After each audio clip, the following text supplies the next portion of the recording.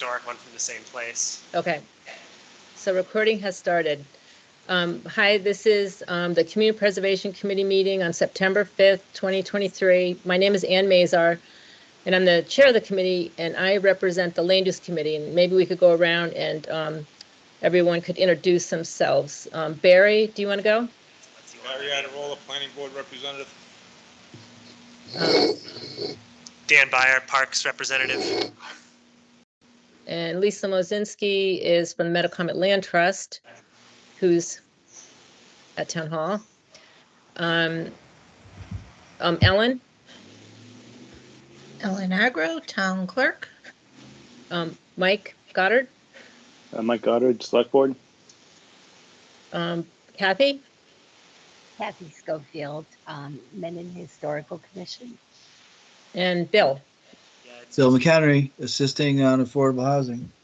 All right, thank you. So did everyone get a chance to, we got everybody, right? Yeah. Did everyone get a chance to look at the minutes? He's coming. Jack is coming. He's just not here yet. Was everyone able to look at the minutes? Sure. Yep. I guess it would be Mike, Dan, Barry. Look good to me. Can we, if no one has a problem with any of the minutes specifically, can we vote on them all together? Would someone want to make a motion? I'll make a motion to approve the minutes as written. Second. Nice. All right, any discussion? All right, all those in favor? Aye. Aye. Aye. Did you say aye, Barry?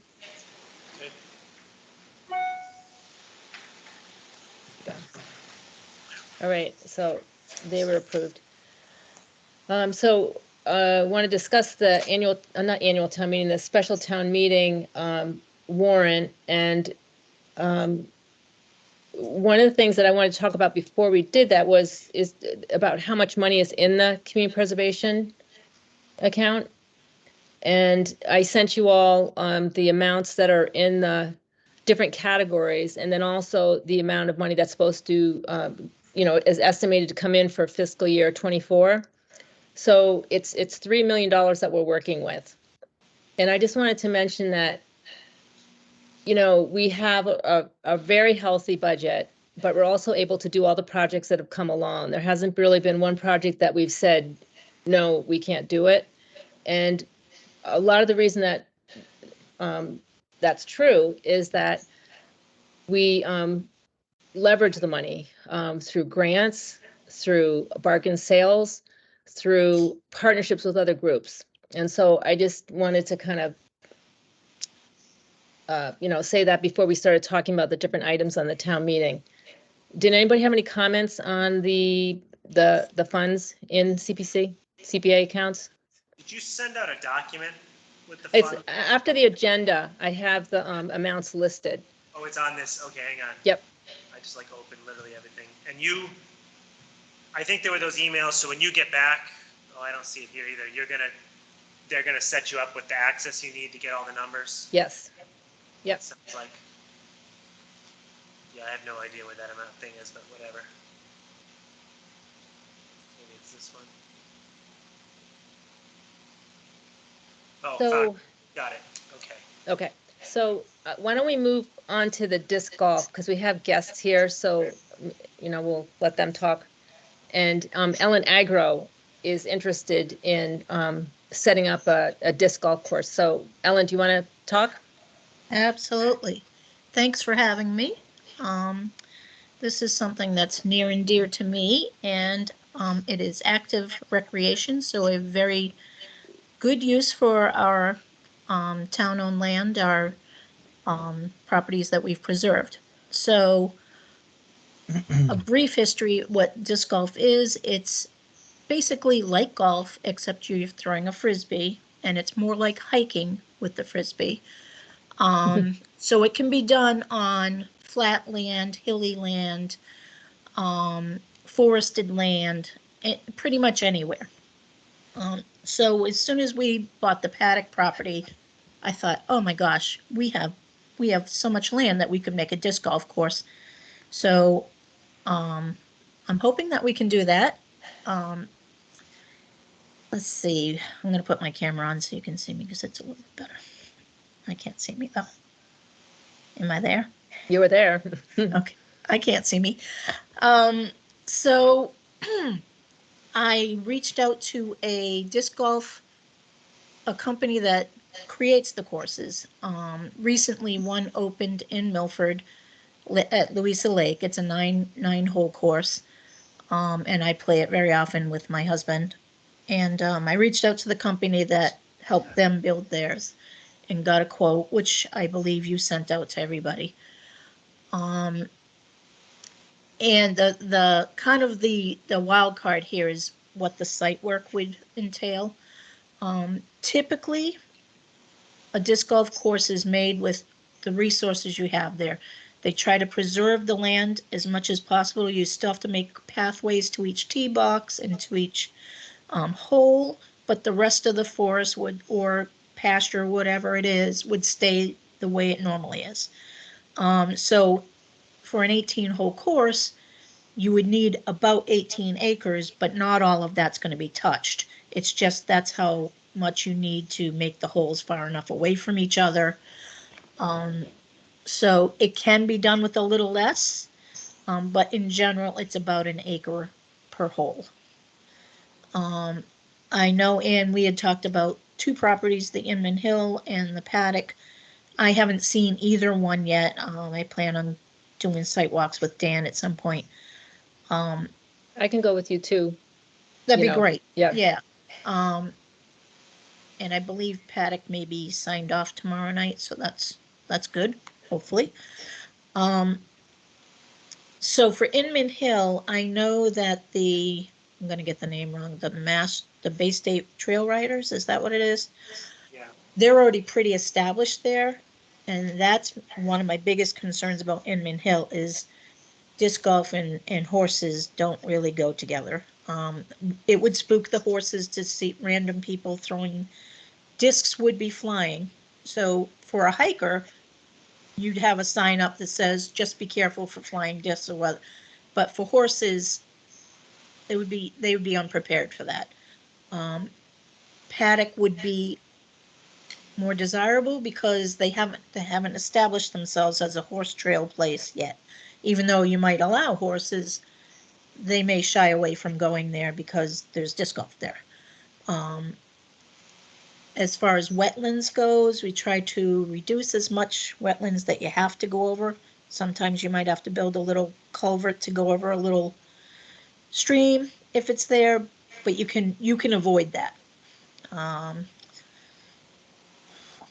What else? I have two people looking into giving me quotes. One is Alan from Alan Greenberg, and one is Sean's Landscaping. Neither of whom I think have worked on stuff like this, but I know Alan's worked on conservation land before. So, or open space, I should say. I don't know. I feel like maybe the board would want to ask me questions. I mean, I can answer. Sure. I just want to make a comment on the Inman Hill and the horses. They have like one event. It's called like the poker run, and it's like on a Saturday, but it's not like there's horses, a ton of horses up there. Just, that. And then I just had a question. When you put actually I have two more questions. The disc, the basket in, it stays there. You don't have to take it up, do you? Correct. It's permanent. So Okay. they can be sometimes embedded into a rock. I mean, if that's the only place it can go. So it gives it a creative basket location. But most times it's in the ground with a cement pad and sometimes a padlock at the bottom so vandals can't remove them either. Okay. And so, yeah, they're permanent. They won't be moved. And then I Even had the practice basket would not be moved. Okay. Then I had a question for Lisa. In terms of conservation restriction, would it be okay to, have a disc golf course on the property? I believe so, because it's passive recreation. Okay. I just wanted, she's here. Ellen, Oh, sure. it is active recreation, and she's describing it as passive recreation, so which is it? Well, Is that I defined? Well, I don't know, I guess, It's restrictions you know, usually? it's got moving parts, so Yeah. I was thinking it's more of an active recreation. I mean, I think that the definition of passive recreation means like you can't put in tennis courts, you know, like a baseball field, that type of thing. Whereas I think when Ellen was referring to active, it's like, yeah, hiking is active. I mean, you're Right. moving, but it's Right. so, I don't know what the true legal definitions Yeah. are, but I do believe that it's suitable for, this, for open space. yeah, I think it would go into the category of passive recreation Passive technically, yeah. Have you Especially considered the there's Trask no- property? I'm sorry, What? what, Barry? Have you considered the Trask property? That could be a good one, It but could also be a good location. I am not Fine. married to any location at all, as long as there's ample acreage. Like I said, for an 18-hole course, it would be about 18 acres that you would need. The considerations that it doesn't matter to me that there's hunting, because disc golfers would wear the proper garb during the proper season. And I don't see a lot of hunting traffic in Mendon. But that's not really a deterrent. I was more concerned about spooking horses and injuring riders. That does concern me. When is this season? what, Barry? When is the disc season? Oh, as long as people disc golf even in the snow. So you can disc golf year round. I am not that hardy. If there's snow on the ground, I probably wouldn't go, but if it's just cold out, I would go. So you were saying that it wouldn't conflict with the hunting seasons, but the hunting seasons run from September through January. I'm not saying that it wouldn't conflict. It wouldn't bother me that hunting was going on at the same time, But it would affect. because the disc golfers would wear the proper garb, That's a you know, good- just like it was on hiking. It They're would. like hiking trails, you know. It would affect the hunting. People running around the woods with throwing frisbees is gonna ruin the hunting. And Well, there's aren't certain hikers parcels ruining that the hunting too? are more hunted than others, or, sorry. What was your question, Ellen? Well, we already allow hiking on the properties that have hunting, right? Isn't that the same thing? I'm not familiar with disc golf, so I have no idea. I mean, as far as Well, hiking, it's not masses of delegated to the people. paths. Yeah, yeah, it's, I it's, guess, disc golfers in general would stay to their paths. I mean, they would try to anyway. I'm not a great disc golfer, so I'm not always on the path. But in general, that's the rule. You wouldn't be out into the deep woods. You would be on your course, much like a hiking path, except wider. That But might, but you're developing holes in a course throughout the woods where hikers are just staying on the paths that are already developed in the woods. So it's Sure. gonna affect areas of the woods. Sure, sure. And that's one of the reasons, because Inman is so,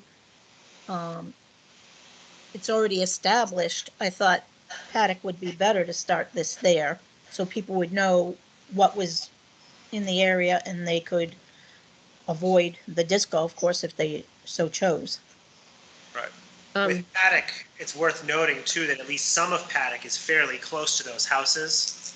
So it might be an area that would be, you know, like the backland of Paddock certainly is hunting land, but you know, all that stuff that's right up tight to all those properties. So, Would be closer to residential. I don't know. I mean, Innan's hard because it's remote. Trask is an interesting, I didn't even think of Trask. mhm. Yeah, Trask is yeah. complicated, but it could work. I mean, it might be a good location. I just, Kathy has a question, so I'm gonna have her talk in 1 second. But also the course can be coordinated with trails, so it's not like the course is like totally in another location, right? Right, Um, that's right. Kathy, the what's one your in- question? Oh, sorry. The one in Milford it's connected to the bike path. It's right right off the bike path. People often wander onto the course to hike it, you know, while there's disc golfers on the course. I mean, it's not like a golf ball where you can't see where your thing is going. And you can always see the basket. You can always see what you're shooting at. And you can see people. You just don't throw them if somebody's in the way. Mhm. Kathy, what's your question? My question was, trail maintenance. So how is that worked in? My vision for that is, I mean, you would have the first setup of the trail, and then I'm envisioning that there'll probably be maybe a volunteer day in the spring and maybe a volunteer day in the fall where you pick up brush or stuff that might have fallen on the course. In general, you're just trying to keep the low brush down. There's not a whole lot you have to do to maintain the course. Maybe you're sweeping off the tee boxes. The tee boxes are probably going to be made of artificial turf. And then, you know, I mean, I play in mud puddles. There's leaves on the ground. You don't do anything with that. You just leave it there. The only thing you might do is if there's a storm that came through, you go and walk the course and pick up debris that might have fallen that's dangerous. Much like you would do for trails, really. So would you have like a steward or a team of people that go in, you know, once a year to kind of check it out, make sure everything's good to go? Yeah, I mean, because this is near and dear to me, I've already thought of some things that I personally want to do about like like finding lost discs, having a lost and found, but the return site would be the town clerk's office. I would take responsibility for that. So I envision that we would have volunteer days. Usually disc golf courses, they create their own Facebook page and then they put out the word, oh, we need people to come clean up, you know, hole 4 got hurt by a storm, we would go and people would come. People will do it. The disc golfers, they'll pick up stuff that they see. It's a carry in, carry out type deal. So we would have, you discourage trash cans in the course. Only at the beginning of the course you would want maybe a trash can. So that's, I think it's going to be volunteer, Kathy, at this All point. right. And then you'll be giving us free lessons, right? I would be happy to do that. I stink, but, and I would even volunteer to give you some discs. So, all right. I do think that, to grow, I mean, really, it's a sport that anybody, as long as you are mobile, you can play it. You know, you don't have to have any great physical abilities. Nobody's going to be out there being the disc golf champions. At least I'm not. And it's a nice exercise in the woods. It's fairly easy to learn. It's, you know, it's frustrating like real golf, but it's fun and anybody can do it. And I started only 2 years ago and I'm old. So. Oh, I wouldn't say that, but. And I've seen much older people on the course and very young people on the course. So it really does appeal to all ages. It is a nice way to get people outside and on the properties. Yeah. And I think really what we're talking about tonight would be funding the equipment and the location. That might take a while to figure that out, which the best one would be.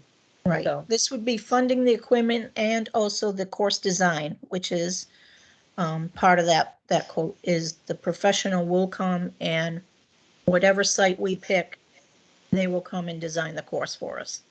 And then that's when we need to talk about, well, what about the site money, the work to do the site work? Then that's the next step, I think. So like, would you be able, like in a month, to be able to come back and give us the full price of everything once you have the quotes back?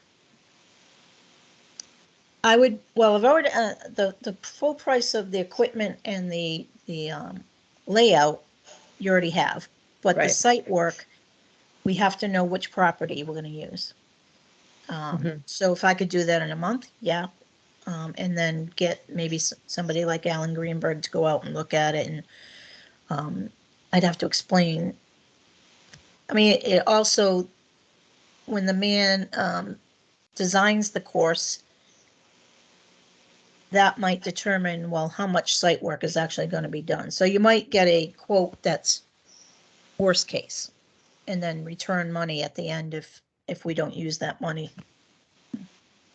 I do think we do need to have a location picked prior to town meeting. I agree. I think that would be a challenging thing to put in front of voters without a definitive kind of plan and timeline, but we get plenty of time for that. Yeah. I would think you need a location before you can get a site plan quote, because it's going to be Right. determined upon the conditions of the site. Agreed. A heavily forested one might take up more small tree removal, whereas something that's got meadowlands and low brush, all that stuff, most of that stuff stays. It's just the pathway that needs clearing, and I mean, part of disc golf is they leave trees right in the middle of the path, and you have to try and figure out how to get around them. But that's part of the game, so you're not clear cutting. You're definitely not clear cutting this. You're not doing 18 acres worth of clearing. You're clearing maybe nuisance trees and underbrush, things like that.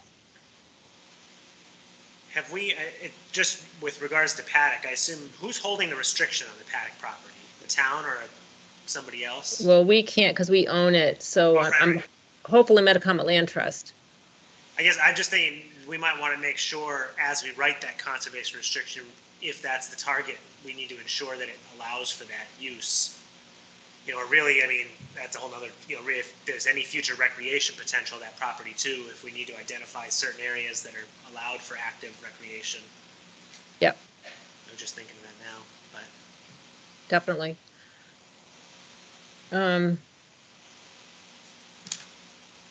So I guess for you to come back with, we really need a location. I mean, at this point, it looks like Paddock and Inman would be the most logical, just because the Trask property could be, but it's tied up with this life estate. So Oh, right. makes it more complicated. I mean, I think knowing it's vacant right now allegedly makes it more appealing, but if that person, if somebody's still living there, that's tricky.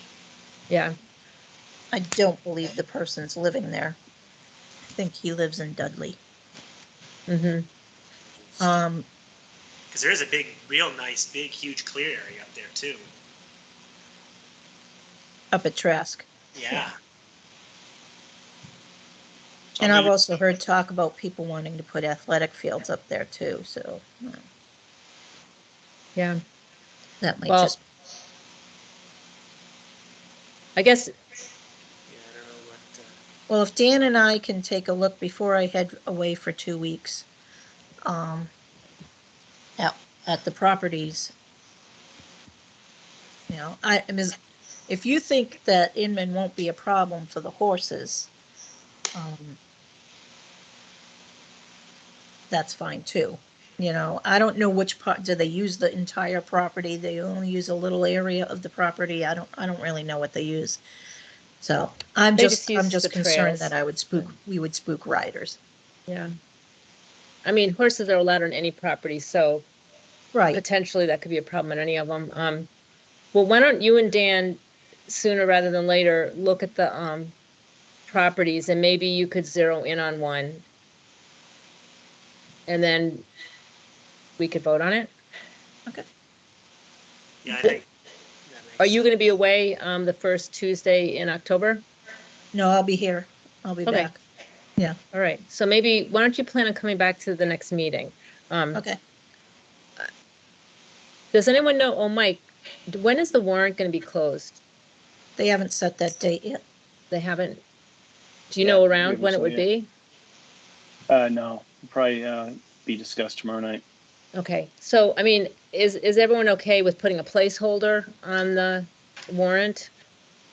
If for some reason it closes before our next meeting?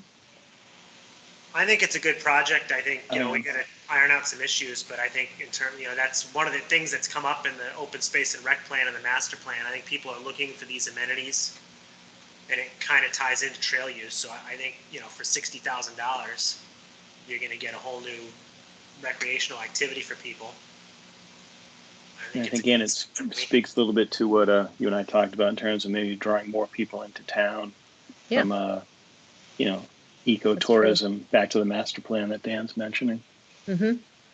I can tell you that this area is poorly represented for disc golf courses. For me to go to a good course, it's about an hour drive. When the Milford Oh, one opened interesting. up, Milford one opened up, I was pleased. It's 15 minutes away. It's only a 9-hole course, but it's great for me because it's great for experienced disc golfers as well.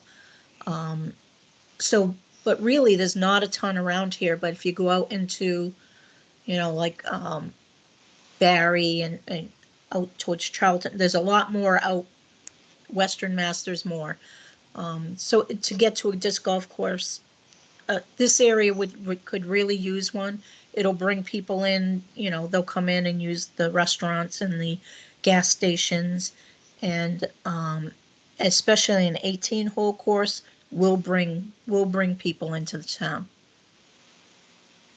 All right, well, why don't you plan on coming to the next meeting, and if the warrant closes before that meeting, we'll put it on there and we'll vote at the next meeting, hopefully.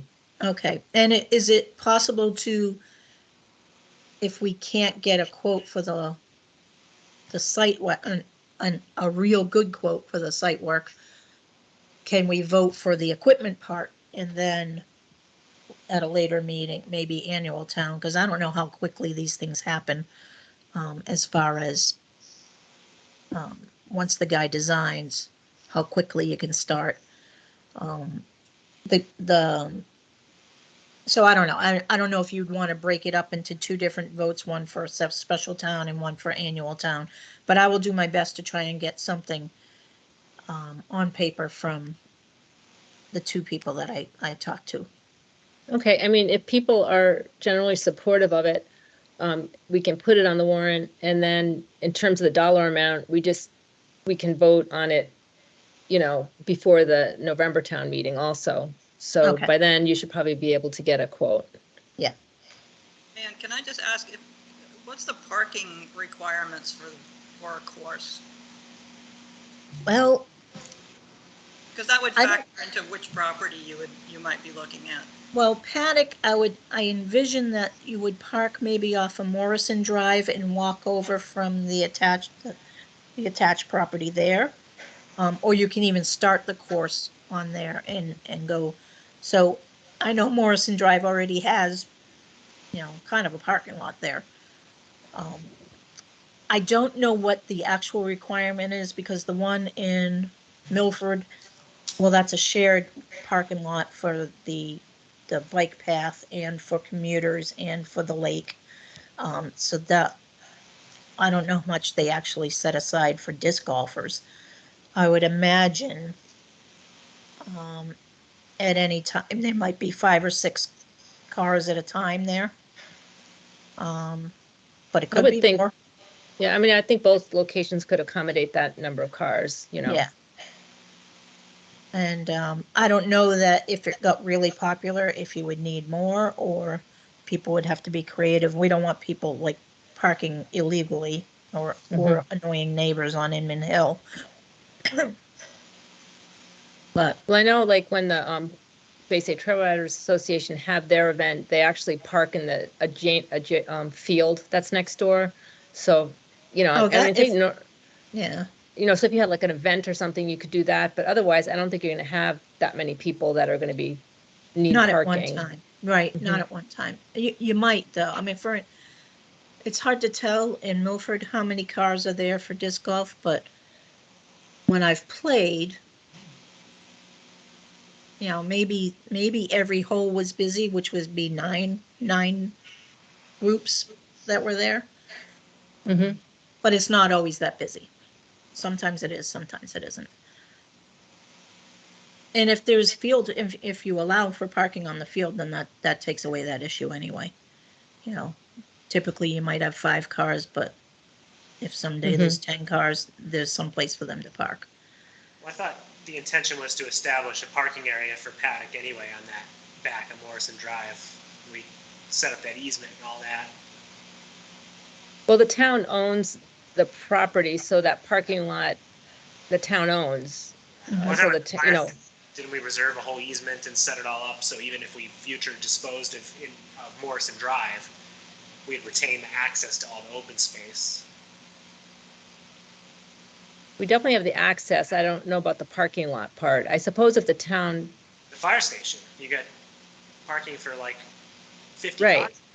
oh, yeah, definitely. But I meant like if for some reason they sold the fire station, then, Well, That would be, that's you a know, whole yeah. problem. All right. I think we have enough information, so let's plan on talking about this at the next meeting. Okay, All right, and, well, let me know if you have any questions. sure. And if anyone has any other questions for me, let me know. I probably didn't do my best job presenting, but I appreciate you guys listening. Great, well, thank you. Thank you. Take This care. would be a nice addition. All right, the next item is engineering on 52 Providence Road, where we've been, Bill McHenry and Jack Hunter and I have been working on trying to get affordable housing in there. And Jack, do you want to talk and kind of explain why we're asking for some administrative CPA funds? Sure, I don't know how much everyone knows, but we went out to bid in the spring, late spring of this year. And unfortunately, we had several nonprofits nibbling around and were very interested, but none of them bid by the deadline.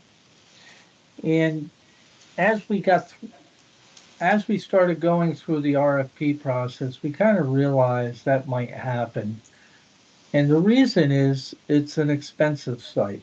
It's got wetlands between the well site and the development site. It has a stream between the preferred access road and the site.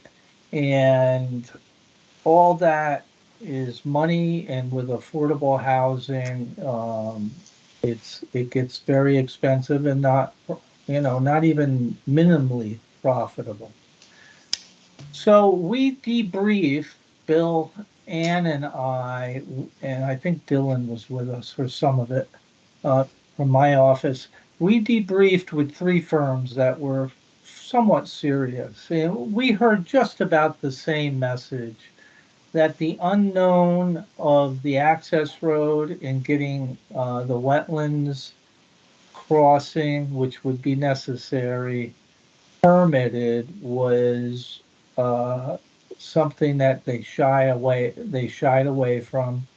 And with the well site, we're proposing a directional drill underneath the wetlands, which is a very popular solution to not disturbing wetlands and still getting a line underneath to the site.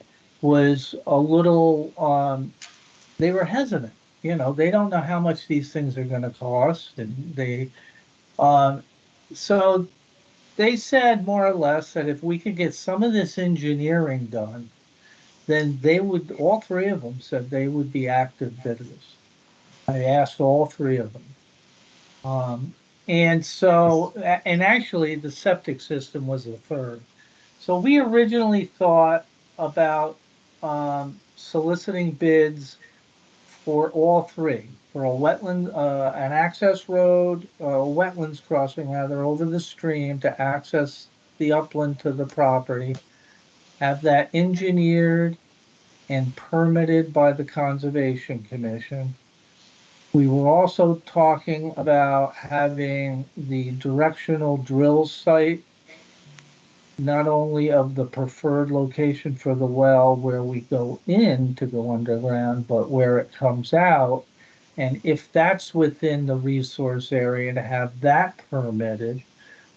And lastly, did talk about trying to do a septic system and get that permitted, but that became too, we're not sure where and how people are gonna site their development, so we gave up on that one.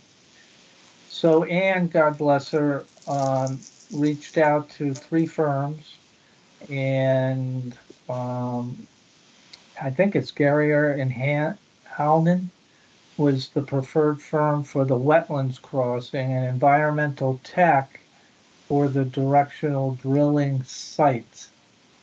And to get those permitted through the Conservation Commission and obviously the access road completely designed.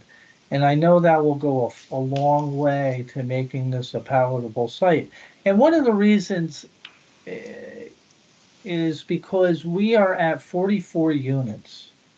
And that is just the critical mass is 40 for affordable housing. So we're just over anything anybody can do to get funding. The other reason we are asking for this now is because, and I've done a lot of these, the funding for affordable housing is a long, arduous process. There's only one funding source, and that's the state and through the federal government. And those have to be prepared by November of each year. And I'm going to tell you this, and everybody laughs. And the first time you apply, you'll get denied. It's guaranteed. No one's ever been approved the first time. So you got to wait an entire year and get hopefully approved the second time. So even if we were, if we're lucky enough to get the funding for the engineering, we would like to then go out to bid probably in February. And theoretically, we get a bid and they submit in November of 24. They will have to resubmit in November of 25, and they will not get funding till summer of 26. And then they have to permit it, not permit it, but they have to get all the construction documents and everything. We're not going to see construction there till spring of 27.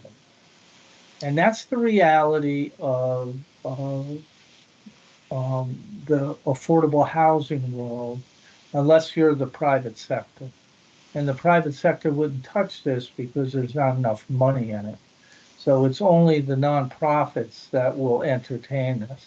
Now, the good news, and I'm just thinking about this, you get me going on this, is that Mendon is a very desirable community for the state to do affordable housing. We have one of the lowest percentages of affordable housing, and the state would be very interested, and I've talked to them about funding this.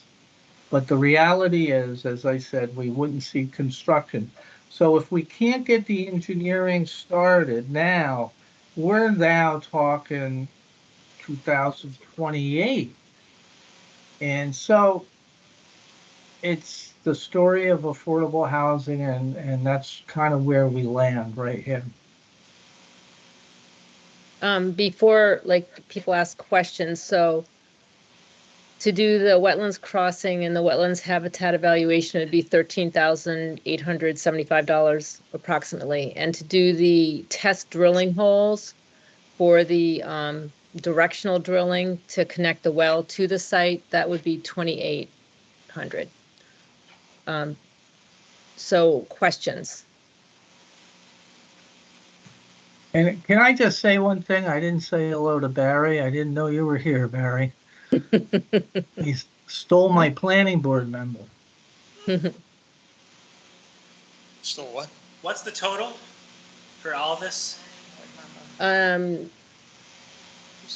I mean, it would be basically 17,000. Okay. Is that right?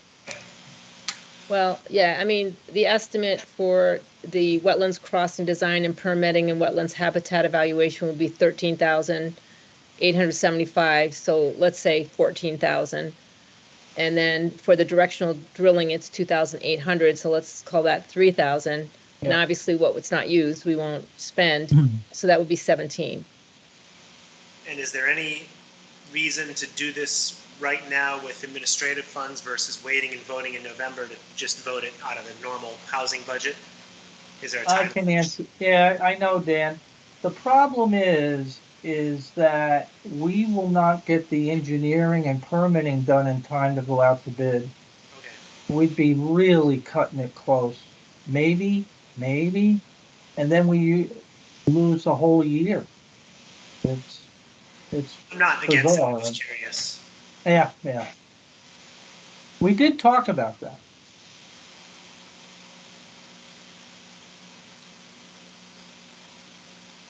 Any questions or comments? I mean, it seems like we don't, and I assume we would kick in our own housing money into this project in some fashion. Like, how does that, I mean, or we don't know till we go out to bid and see what options are proposed. Yeah, in the RFP we did last time, we left it a little open in that we would entertain a request. But we didn't get that far. I mean, I guess the way I see it, I don't know what the heck else we're doing with this housing money, so we might as well keep moving towards this project. I don't, it's not like there's other competing things. We've got the money.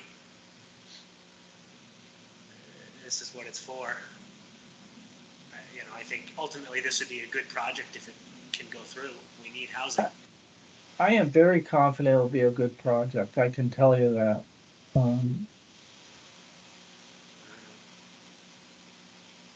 Bill? Yeah, I just wanted to add, I think Jack's given a great, summary and explanation. And when I think about this, we've been very fortunate up to this point to get what we've accomplished completed through a lot of grant funding. So we really haven't used a lot of direct money from the town. And as far as these requests go, for these bidders, some of it is about just reducing risk and uncertainty, and some of it is just about understanding what their raw cost is, what their real cost is going to be. Like in the case of the directional drilling, we're pretty confident that they're going to be surprised at how little it's actually going to cost to get done, and we can show them that by evaluating the soils at the directional drilling site. So a lot of it is about, gosh, you're throwing us a site that has a lot of infrastructure elements. It's a tight site. There's a lot of variables. But if we can show them that, yeah, it's going to work for them. I mean, obviously that's what Jack said. I think we can do it. Would someone like to make a motion? I'll move that we approve the funding as specified from administrative funds. Second. All right, any more discussion? All right, all those in favor? Aye. Aye. Aye. Aye. Aye. Well, thank you all very, very much. Thank you. Now we gotta work. Bill and See you guys. Bye-bye.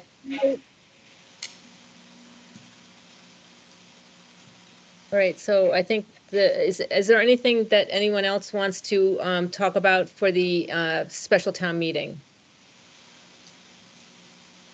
Nope. Agenda, okay. At this point, I don't think. Oh. Okay. Bill, are you still on, Bill McHenry? No, he's gone. Yes, I'm Okay. here. Okay. Well, we're gonna go into executive session, so Oh, okay. Bye. bye. Are we going to reconvene only to adjourn? Yes. And do we want to record the executive session separately, or? It's up to- Yeah, I guess that would make sense, right? I And you just- might take a vote, correct? Oh, do we need to come back and take a vote on something? At this Well- meeting, depending on what's being discussed? We can't vote on anything in executive session, I don't believe. Okay.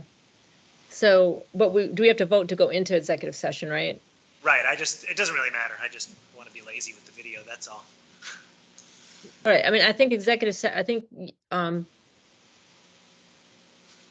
well, I mean, like, if you can cut the executive session out and then just, is that easier, Dan? No. What I'm Okay. saying, if we have to come back into open session, it's fine. It just means I have to make 2 videos and stitch them together. It's not the Okay. end of the world. All right, But if all we're going to do is come out of executive session to vote to adjourn, we can just say reconvene to adjourn and then we're done. That was my point. But if we may have to come back, then leave it alone. all right. I think we have to vote to go in executive session now. So can you read that blurb on the agenda, Dan? Do you have that open? Oh, yeah, somewhere. Hang on. I move to enter into executive session for whatever purpose number this is. I think it's the first or second one, to consider the purchase, exchange, lease, or value of real property if the chair declares that an open meeting may have a detrimental effect on the negotiating position of the public body. Will someone second that? I'll second. Okay. All those in favor? Aye. Aye. Aye. Aye. All right, so now we'll go into executive session. So, Oh, yeah. Well, I'm just going to start the recording again. all right. All right, recording has started. So we're out of executive session. Would someone like to make a motion on our discussion? I'll move that we submit a placeholder for this request to the upcoming November town meeting with the wording to be finalized and voted on. I guess if that's it. So that's with further discussion, right? Well, I think I move to put the article on the warrant with the understanding that we're going to have to finalize the language, but it's not, I mean, that's just going to be the stuff that the state wants, like the park grant. I believe. Meaning that if the language is such, we have an opportunity to say that's not what we expected and we're going to pull it type of thing. So there's it's not. Yeah, and actually to Barry's point, so with the understanding that the CPA is going to have to meet and make a formal recommendation on this article at a later date. I'll Right. agree with that. Because I think at town meeting, we need to make a recommendation for or against the use of CPA funds. And actually, I think if the CPA votes no, it can't go through. Right, we have to vote the money before it goes to the town meeting for it to be voted on. But I think based on the prior discussion, there's at least value in putting a placeholder on the warrant. And All right, I'll second your motion. All right, all those in favor? Aye. Aye. Aye. I'm not unreasonable. Aye. Actually, though, on that motion that was just read, I'll put down the Vandersloot property 101 and 109, right? Specifically what we're talking about? That would Yeah, be I helpful. think at this point. Yes. Okay. All right. I think we're set there. I think we just need to adjourn now. Motion to adjourn. Second. All those in favor? Aye. Aye. Aye. All right, Thank thank you. See you in Well, October. Thanks, everyone. Yes, Thanks. see you in October. We're doing something Tuesday night, aren't we?